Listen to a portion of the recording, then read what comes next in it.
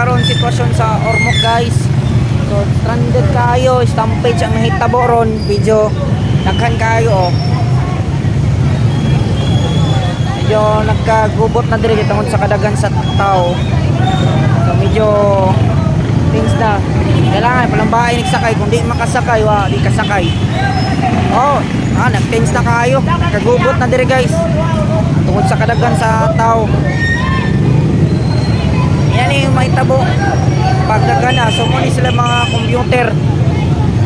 So karon pailugay na lang na yung motor kung isa unang makasakay. Kung makasakay kaguna, swerte ka, pero kailangan mo agi ano kaguno kay uban nga ni iligay naman. So muna ako location ron, ako karon dapit sa may Iya Lodge dapit at bang sa Mercury, Mercury. So mao na ako ipakita sa inyo ang sitwasyon diri sa Ormoc. Daghang salamat sa inyong tanan. Thank you, bye bye.